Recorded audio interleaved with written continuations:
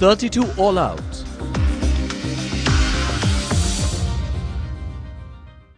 নমস্কার, আমি চৈতালি আর আপনারা দেখছেন আপনাদের প্রিয় চ্যানেল ইউটার্ন। হ্যাঁ, আপনাদের প্রিয় অনুষ্ঠান। আজকেও আমরা নিয়ে এসেছি আপনাদের জন্য 32 অল আউট। তাই আজকেও কথা বলবো অনেক কথা, অর্থাৎ দাঁতের সুরক্ষার কথা বা ঝলমলে দাঁত পেতে আপনি কি করবেন। আমাদের সঙ্গে রয়েছেন বিশেষ অতিথি, বিখ্যাত সেই দন্ত চিকিৎসক। আমাদের সঙ্গে রয়েছেন ডক্টর অনিকেত চ্যাটার্জি। অনেক ধন্যবাদ ডাক্তারবাবু আপনাকে এই অনুষ্ঠানে আসার জন্য।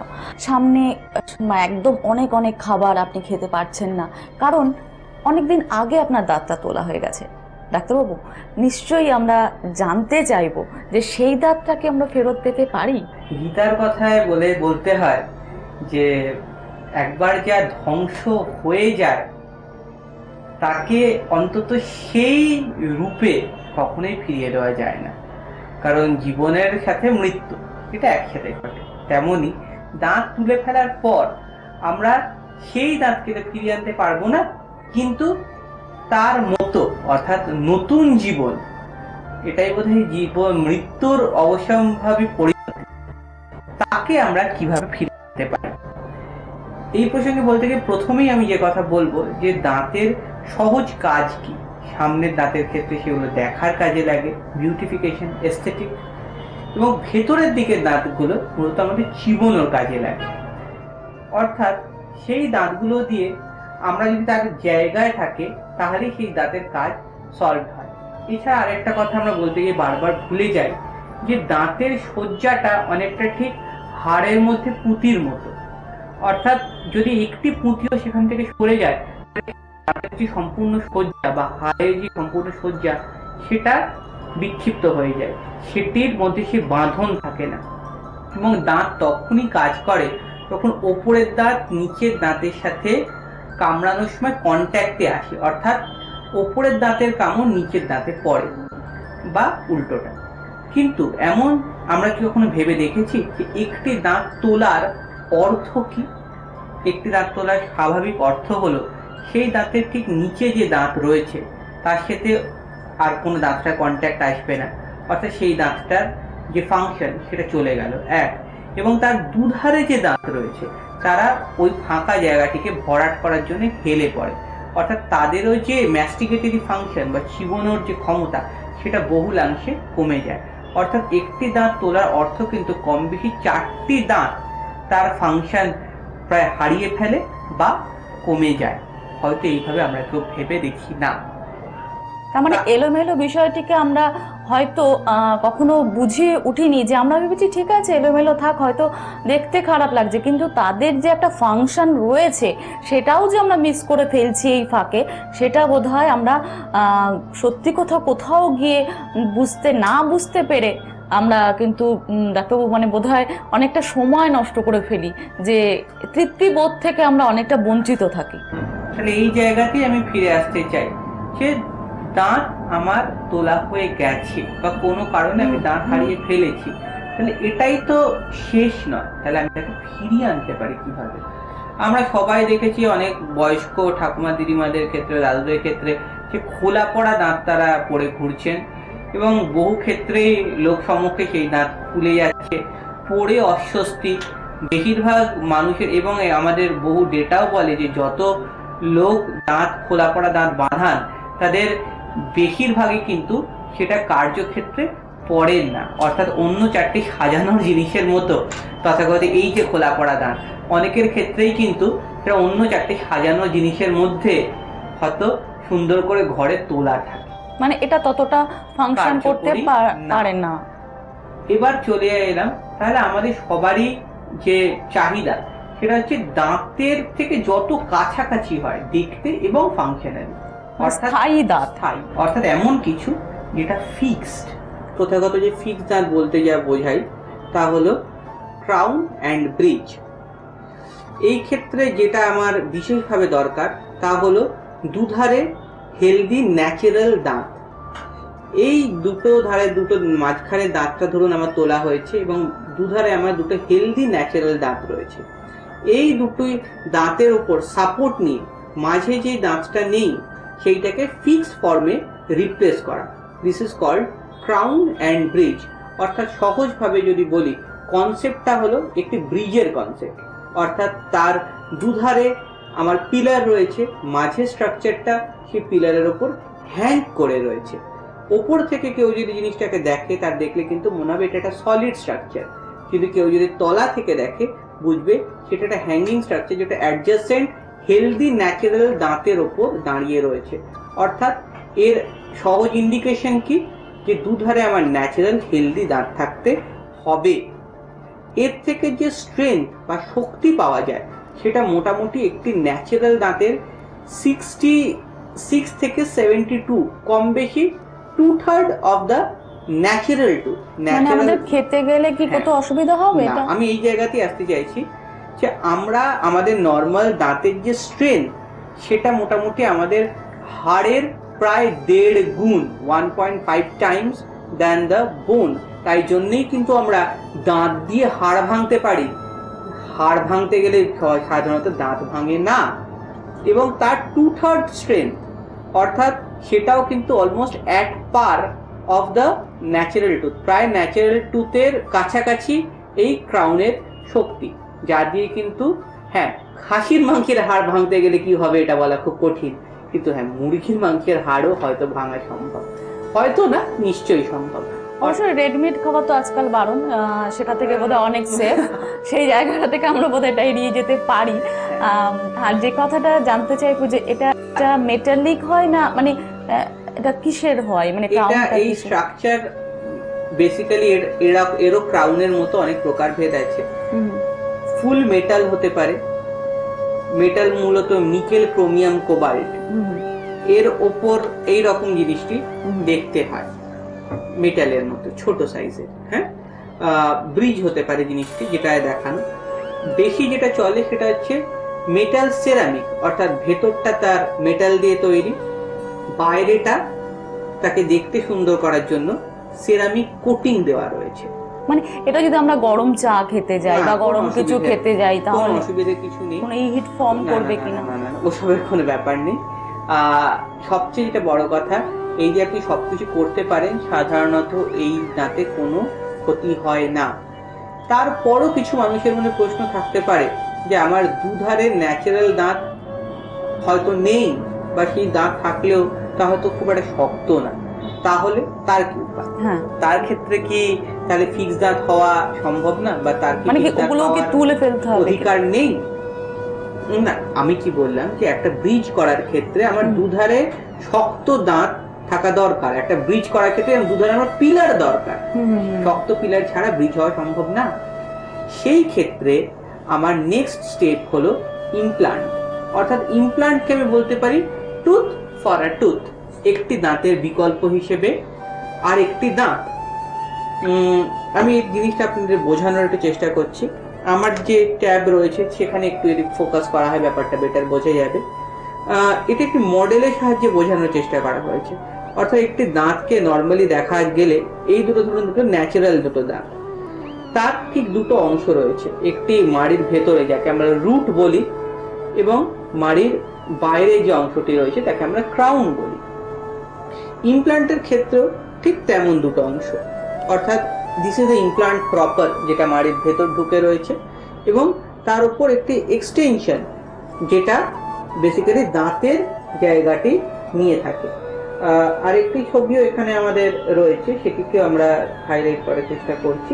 দিস অর্থাৎ এটা স্কিমেটিক ডায়াগ্রামের মাধ্যমে দিস ইজ ইমপ্লান্ট প্রপার, যেটা হাড়ের ভেতর রয়েছে, এবং তার উপর এক্স্যাক্টলি একটা ক্রাউন বা ক্যাপ, অর্থাৎ এক্স্যাক্টলি একটা দাঁতের যেরকম দুটো অংশ রুট এবং ক্রাউন, এটি ইমপ্লান্টেরও দুটো অংশ, ইমপ্লান্ট প্রপার এবং তার উপর তার ক্রাউন। তার মানে এটাকে এখানে কি স্ক্রু ব্যবহার করা হবে কিছু? হ্যাঁ, এইখানেই বৈশিষ্ট্য, সেটা হচ্ছে ডেফিনেটলি এটা স্ক্রু এর মতো দেখতে অবশ্যই। এটা দাঁতের রুট হিসেবে ফর্ম করছে, কাজ করে, এবং এটা তৈরি অ্যাকচুয়ালি পিওর টাইটেনিয়ামের, এবং টাইটেনিয়ামে কিছু কিছু অক্সাইড। সেই জন্য জিনিসটি হ্যাঁ একটু ব্যয় সাপেক্ষ নিঃসন্দেহে, কিন্তু এই প্রোডাক্টগুলোর সাথে ইমপ্লান্টের সাথে usually life time free replacement warranty থাকে। Life time free replacement warranty, এই কথাটিকে খুব গুরুত্ব দিয়ে বুঝে রাখবেন, এর সাথে কোড আসে, ইন্টারন্যাশনাল কোডিং আসে, অর্থাৎ এটা কিন্তু international warranty.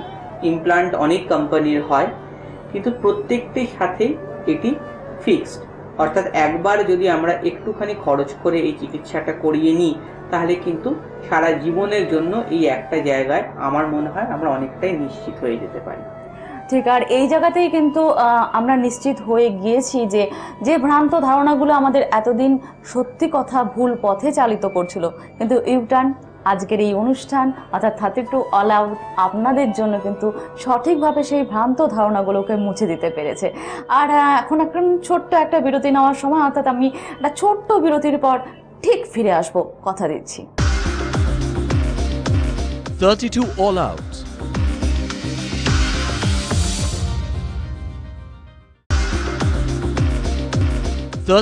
All Out.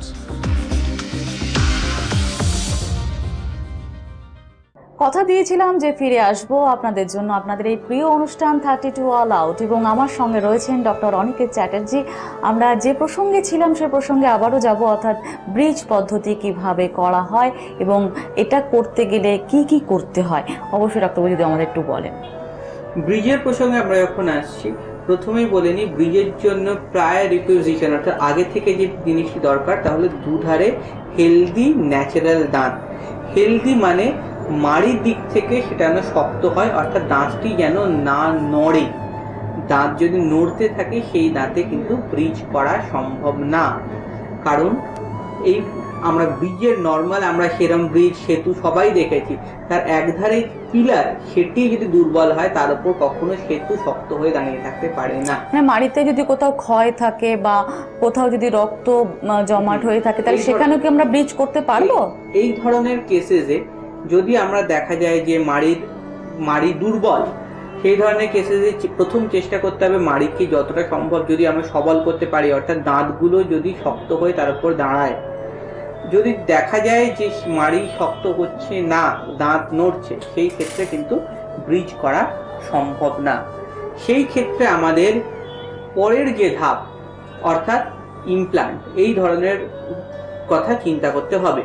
Implant করার প্রসঙ্গে আমার প্রথমেই যেটা বলে রাখা ভালো, ইমপ্লান্ট মানে একটি বাড়ি যে নিজের পায়ে পিলারের ওপর দাঁড়িয়ে রয়েছে, অর্থাৎ এক্স্যাক্টলি একটা ন্যাচারাল দাঁতের মতো নিজের ইমপ্লান্টের ওপর, তার উপর ক্রাউন, অর্থাৎ বাড়ির মাটি যদি খুব পাতলা হয় তার উপর পিলার ধরে না, খুব নরম মাড়ি। 1 2 ডায়াবেটিক পেশেন্ট, এই আনকন্ট্রোল ডায়াবেটিক, ডেফিনেটলি ডায়াবেটিক বলাটা খুব ভুল, ওষুধ খেয়ে কেউ কারো যে ডায়াবেটিস নর্মাল থাকে তাকে আমরা নর্মাল পেশেন্ট হিসেবেই ট্রিট করে থাকি। আনকন্ট্রোল ডায়াবেটিক বা খুব দীর্ঘকালীন মাড়ির অসুখ, যাতে মাড়ি একদম ক্ষয়ে গেছে, এই ধরনের খুব কয়েকটা কেস ছাড়া প্রায় সব ক্ষেত্রেই যেখানেই আমরা দাঁত হারিয়ে ফেলেছি সেখানেই আমরা ইমপ্লান্ট বসাতে পারি। ইনফ্যাক্ট এই ক্ষেত্রে একটা কথা আমাদের বলা আছে, every missing tooth is a potential implant site, অর্থাৎ যে কোনো তোলা দাঁতই আমরা ইমপ্লান্ট করে রিপ্লেস করতে পারি। মানে ছোটদের ক্ষেত্রে কি এটা করা যেতে পারে? না, এই ক্ষেত্রে আমরা নর্মালি যতদিন পর্যন্ত তার গ্রোথ পোটেনশিয়াল রয়েছে, অর্থাৎ ছেলেদের ক্ষেত্রে প্রায় 23 বছর এবং মেয়েদের ক্ষেত্রে 19 থেকে 20 বছর, এই সময়ের মধ্যে ইমপ্লান্ট করা যায় না। এরপর থেকে মোটামুটি সারা জীবনই আমরা ইমপ্লান্ট করতে পারি। ইমপ্লান্টের ক্ষেত্রে যেটা সবচেয়ে ভালো দিক আমরা যেটা বলে থাকি, যে ধরুন একটা ব্রিজ করা দাঁতে যেখানে দাঁতটা নেই সেই দাঁতের কিন্তু ডাইরেক্ট কোনো ফিলিংস নেই, কোনো অনুভূতি নেই, অর্থাৎ সেই দাঁতে যদি কেউ চিবোয় তাহলে কিন্তু সে যে প্রেশার ফিলিংস সেটা কিন্তু সে পায় না, কারণ সেই দাঁতের তলায় কোনো গোড়া নেই, সেটা আশপাশে দাঁতের ওপর ভর করে রয়েছে। ইমপ্লান্ট যেহেতু এক্স্যাক্টলি পিলারের ওপর দাঁত রয়েছে, ইমপ্লান্টের ওপর ক্রাউন রয়েছে, সেই ক্ষেত্রে যে প্রেশার ফিলিংস, অর্থাৎ এক্স্যাক্টলি একটা ন্যাচারাল দাঁতে খাবার কামড়ালে আমরা যে অনুভূতি পেয়ে থাকি, ইমপ্লান্টের ক্ষেত্রেও কিন্তু আমরা একই রকম অনুভূতি পেয়ে থাকি। অবশ্যই আমরা ডাক্তারবাবুর কাছে যে প্রশ্নে যাব সেটা হচ্ছে যে ব্রিজ করতে গেলে কতদিন আমাদের আসতে হবে, মানে কটা সিটিংয়ের প্রয়োজন, আর ক্রাউনিং করতে গেলেও বা আমাদের কটা সিটিংয়ের প্রয়োজন, সেটার জন্য আমরা জানবো। ডাক্তারবাবু যদি একটু বলেন। ব্রিজ করতে আমাদের মিনিমাম 2 দিন, ম্যাক্সিমাম 3 দিন লাগতে পারে। প্রথম দিন আমরা দাঁতের মাপ নিয়ে থাকি, এই স্টেপটি কম্পালসারি, এবং দ্বিতীয় দিনে আমরা দ্বিতীয় সিটিংয়ে এইটা একদিন ডেলিভারি দিয়ে থাকি। এই দুটো সিটিং কিন্তু আমাদের কম্পালসারি, এটা দিতেই হয়। মাঝের ক্ষেত্রে কখনো কখনো আমরা একটা অপশনাল ট্রায়ালের জন্য সিটিং নিয়ে থাকি, কিন্তু সেটা কেস টু কেস ভ্যারি করে। অর্থাৎ খুব বেশি হলে 100-র মধ্যে 80% ক্ষেত্রে আমরা 2 দিনেই কাজ কমপ্লিট করে থাকি। কিছু কিছু ক্ষেত্রে হয়তো 3 দিন লাগলেও লাগতে পারে, কিন্তু কখনোই 3টে সিটিংয়ের বেশি না। পুরো কাজ সম্পূর্ণ হতে বেশির চেয়ে বেশি 3 থেকে 4 দিন লাগতে পারে। আশা করি আপনারা বুঝতে পারলেন যে আমাদের কিন্তু 3-4 দিনেই আমরা পুরোপুরি আমাদের সেই সুন্দর দাঁতকে ফিরে পাবো। এবং ইমপ্ল্যান্ট সম্পর্কে আমরা আরেকটুখানিও জেনে নেব যে ইমপ্ল্যান্ট কত প্রকারের হয়। হ্যাঁ, সেটা যদি ইমপ্ল্যান্টের প্রকারভেদে যাওয়ার আগে প্রথম যেটা আমার বলা ভালো যে ইমপ্ল্যান্ট করতে কতটুকু সময় লাগে। ইমপ্ল্যান্ট যদিও একটা মাইনর সার্জিক্যাল প্রসেস, কিন্তু এটা খুবই সহজ, প্রায় পেনলেস, কাটাছেঁড়া প্রায় করতে হয় না বললেই চলে, কিহোল সার্জারির মতো। সার্জারিটি করতে লাগে মিনিট 15 থেকে 20। এরপরে কোনো আলাদা করে রেস্ট্রিকশন দেওয়া হয় না পেশেন্টকে, পেশেন্ট সেদিনই হেঁটে বাড়ি চলে যেতে পারে। পুরো জিনিসটি লোকাল অ্যানাস্থেসিয়ার মাধ্যমে হয়। এবং ইমপ্ল্যান্টের পরবর্তী ক্ষেত্রে তার ওপর যে তাকে অ্যাকচুয়াল পেশেন্ট যে জন্য আসছে অর্থাৎ দাঁত, সেটি কিন্তু তার পুরো পেতে মাঝখানের একটি 2 মাসের ল্যাগ ফেজ বা যেটা হিলিং, এই সময় একটা গ্যাপ দেওয়া হয়, যেই সময় ইমপ্ল্যান্টটা শরীরের অংশ হিসেবে শরীর নিয়ে নেয়।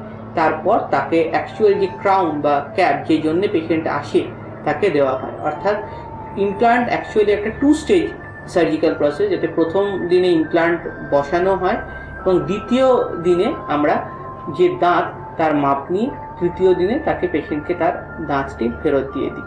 আমি দেখানোর চেষ্টা করছি একটি ইমপ্ল্যান্ট কত সহজ প্রসিডিওরটা। সাধারণত পেশেন্ট যেরকম ধরনের কেস নিয়ে আমাদের কাছে আসে, অর্থাৎ দেখুন যে সামনের একটি দাঁত কখনো পেশেন্টের তোলা হয়েছিল, আমরা সেই জায়গাতে একটি ইমপ্ল্যান্ট বসিয়ে দিলাম। বসিয়ে দেওয়ার পর তাকে সেই যে ল্যাগ ফেজ বা ওয়েটিং পিরিয়ড তাকে দেওয়া হলো, এবং তারপর সেখানে সুন্দর আমরা একটি ক্রাউন দিয়ে দিলাম। দেখুন কত সহজ এবং কি অসাধারণ প্রসেস। কারোর পক্ষে বোঝা প্রায় অসম্ভব যে এই পেশেন্টের এই যে মাঝের দাঁতটি সেটি আলাদা করে লাগানো, অর্থাৎ এক্স্যাক্টলি একটি দাঁতের পরিবর্তে আরেকটি দাঁত। এটাই বোধহয় আমরা সকলে চাই, তাই নাকি? অবশ্যই সকলেই আমরা চাই এটা, এবং তার জন্যই তো আজকের এই অনুষ্ঠান, অর্থাৎ আপনাদের প্রিয় অনুষ্ঠান 32 অলাউড সব সময় আপনাদেরকে হাসি যোগাবে এবং মানুষের কাছে আপনি প্রশংসনীয় হয়ে উঠবেন। হ্যাঁ, তার জন্যই কিন্তু আরও জানতে হবে, কিন্তু এখন আর হাতে তো সময় নেই, মানে আমাকে একটা ছোট্ট ব্রেক নিতে হবে, আর ফিরে আসবো ব্রেকের পর। 32 All Out.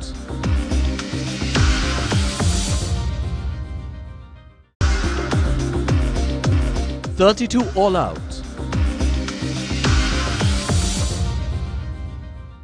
ফিরে এলাম ব্রেকের পর। হ্যাঁ, যে কথাই ছিলাম যে কিভাবে আমাদের দাঁতগুলোকে সুরক্ষিত রাখতে পারবো, এবং তার সঙ্গে সঙ্গে বয়স্ক মানুষরা ভীষণভাবে হয়তো আগ্রহী হয়ে পড়েছেন যে যাদের খোলা পড়ার অসুবিধাগুলো এখন সত্যি খুব কষ্ট দেয়, তারা কি সত্যি ফিক্স দাঁত তারা করতে পারবেন? তারা কি ডেঞ্চার করতে পারবেন? ডাক্তারবাবুর কাছে জিজ্ঞেস করবো। আমার সঙ্গে রয়েছেন ডাক্তার অনিকা চ্যাটার্জি। ডাক্তারবাবু যদি বলেন এটা বয়স্ক মানুষের ক্ষেত্রে। বয়স্ক মানুষের ক্ষেত্রে আমরা একটা প্রবলেম ভীষণ ফেস করে থাকি, যেটা হলো যে তারা কিন্তু অনেকেই বলেন যে তারা বাঁধানো দাঁত বা ডেঞ্চার এটা তারা করতে পারেন না, তারা ডেঞ্চার করতে গেলে সেটা খুলে যায়। এই ধরনের কেসেসে ডেফিনেটলি ডেঞ্চার ভালো ফ্যাব্রিকেট করার একটা জায়গা থেকেই যায়, কিন্তু যাদের মাড়ি ক্ষয়ে গেছে, যাদের ডেঞ্চার পরা প্রায় অসম্ভব, তারা কি তাহলে তাদের কি ভালো করে খাওয়ার চিবিয়ে খাওয়ার কোনো অধিকার নেই? সেই প্রশ্ন থেকেই এখন আমাদের কাছে এসছে ইমপ্লান্ট সাপোর্টেড ওভার ডেঞ্চার। সেই জিনিসটি কিছুই না, একটা নর্মাল ডেঞ্চার বা একটা নর্মাল খোলা পড়া দাঁত, তার নিচে দুটো মাড়ির মধ্যে আমরা যদি ইমপ্লান্টের মতো একটা ইমপ্লান্ট প্লেস করে দিই এবং তার ওপর আমরা নর্মাল কনভেনশনাল যে ডেঞ্চার তাই যদি আমরা খালি পড়ি, তাহলে কিন্তু সেই ডেঞ্চারের আর নড়াচড়া করার কোনো ব্যাপারই থাকে না এবং সেইটি মাড়ির মধ্যে প্রায় ফিক্সড হয়ে যায়। যদি পেশেন্ট চায় সে টেনে সেটিকে খুলতে পারে। তাহলে ইমপ্লান্ট সাপোর্টেড ওভার ডেঞ্চার হলো এই ধরনের পেশেন্টদের জন্য একটি গুণ বা একটি আশীর্বাদ, যার মাধ্যমে তারা এই যে দীর্ঘদিনকার বাঁধানো দাঁতের কষ্ট তার থেকে চিরতরে মুক্তি পেতে পারে। সবচেয়ে যেটা বলার ইম্পর্টেন্ট কথা, যে এর খরচ কিন্তু অত্যন্ত সাধ্যের মধ্যে। অনেক ডাক্তারবাবুরা এই আমাদের অ্যাকচুয়ালি আমাদের শহরে ইমপ্লান্টোলজিস্ট কম থাকায় অনেকেই হয়তো এই প্রসঙ্গ এড়িয়ে যান, কিন্তু এটা পেশেন্টের জন্য জেনে রাখাটা খুবই ভালো। হোক না আপনার বয়স 80, কিন্তু থাকবে আপনার অবশ্যই ভালোবাসি, কারণ আমরা সেটা করে দেবো আপনাদের জন্য। আর আজকে সত্যি কথা অনুষ্ঠানের সময় খুব কমে আসছে, একটা ছোট্ট কথা জানতে চাইবো, যেটা বোধহয় সকলেরই জানা দরকার, যে যাদের এখনো সমস্যা শুরু হয়নি, হয়তো সমস্যার পূর্ব লক্ষণ, তারা কিভাবে নিয়মিত সুরক্ষা দেবেন দাঁতের, যদি ডাক্তার বলেন। সবার আগে একটা কথা বারবার বলবো, মাটি আগে গাছ পড়ে, মাড়ি আগে দাঁত পড়ে। মাড়িরকে ভালো রাখা, দাঁত ভালো থাকবে। যেহেতু মাড়ির রোগে ব্যথা হয় না, আমরা প্রায় মাড়ির রোগকে এড়িয়ে যাই, সেই জন্য প্রথম আমাদেরকে প্রপার ব্রাশিং করতে হবে। 1, 2, রাত্রে অন্তত একবার পারলে প্রপার ওয়েতে মাউথ ওয়াশ ইউজ করতে হবে। মাউথ ওয়াশ ইউজ করার টেকনিকটা অনেকেই জানেন না বা ফলো করেন না। সেটা হচ্ছে রাত্রে ব্রাশিংয়ের অন্তত আধ ঘন্টা পর 10 ml ডাইরেক্ট, আধ ঘন্টা সময় ভীষণ ইম্পর্টেন্ট, এবং উইদাউট ডাইলিউশন করলে কিন্তু তার এফেক্ট বা এফিকেসি সেটা অনেকাংশে কমে যায়।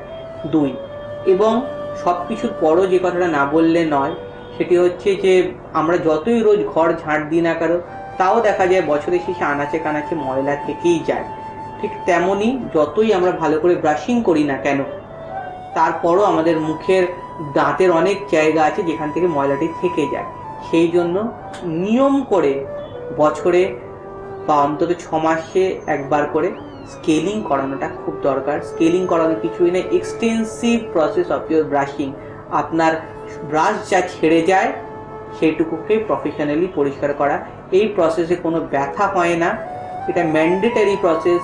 যে কোনো রকম ইন্টারনেট খুললেই এই জিনিসটা দেখতে পাবেন যে এর চেয়ে বেটার হেলদি ট্রিটমেন্ট ডেন্টিস্ট্রিতে নেই। সারা বিশ্বজনিত WHO স্বীকৃত ইমিউনিটি প্রসেস, যার প্রায় কোনো কন্ট্রাইন্ডিকেশন বা ক্ষতি নেই। দিনে কবার ব্রাশ করা উচিত, খাওয়ার আগে না পরে? এই ব্যাপারে একটা কথা শুরুতেই বলবো, ঝাঁট দেওয়া ইম্পর্টেন্ট না, ময়লা পরিষ্কার হচ্ছে কিনা সেটি ইম্পর্টেন্ট। আমি আপনাকে 2 বার বা 3 বার বললাম, কিন্তু ইম্পর্টেন্ট হচ্ছে আপনি ব্রাশিংটা প্রপার টেকনিকে করছেন কিনা। ব্রাশিং করা উচিত অলওয়েজ ভার্টিক্যালি, অর্থাৎ ব্রাশ ওপর থেকে নিচে। আমরা বেশিরভাগ লোক আমরা যা করে থাকি যে হরাইজন্টাল, অর্থাৎ পাশাপাশি ব্রাশ করি, সেই জিনিসটা একদমই ভুল। ব্রাশ করবেন সবসময় ওপর থেকে নিচে, এবং 2 বার আমরা সবাই বলে থাকি খাওয়ার পরে ব্রাশিং করার কথা। ইম্পর্টেন্ট হচ্ছে 2 বার বা 3 বারের চেয়েও প্রপার টেকনিকে ব্রাশিং এবং প্রপার ওয়েতে ব্রাশিং। সবচেয়ে ইম্পর্টেন্ট, টুথপেস্ট ইউজ করবেন যতটা সম্ভব কম। টুথপেস্ট খুব একটা কোনো কাজ করে না। হ্যাঁ, টুথপেস্ট বলতে আমি কনভেনশনাল টুথপেস্টের কথা বলছি। অনেক সেন্সোডাইন বা অনেক বাজারে প্রচলিত যে টুথপেস্টগুলো সাধারণত দন্ত বিশেষজ্ঞরা লিখে থাকেন, সেগুলি কিন্তু আসলে ওষুধ, যেগুলো পেস্ট ফর্মে দেওয়া হয়, তার বিশেষ কোনো রেগুলার ইন্ডিকেশন নেই এবং রোজ যারা ইউজ করেন তাদের ক্ষেত্রে সেটি উপযুক্ত নয়। আমরা ডাক্তারবাবুর কাছ থেকে অনেক কিছু জানলাম যে কিভাবে আমাদের নিয়মিত সুরক্ষা দিতে হবে আমাদের দাঁতগুলোকে, এবং তার জন্যই কিন্তু আমাদের এই অনুষ্ঠান সব সময় আপনাদেরকে হেল্প করবে। আরও অনেক তথ্য আপনাদেরকে জানাতে থাকবো এই অনুষ্ঠানের মাধ্যমে।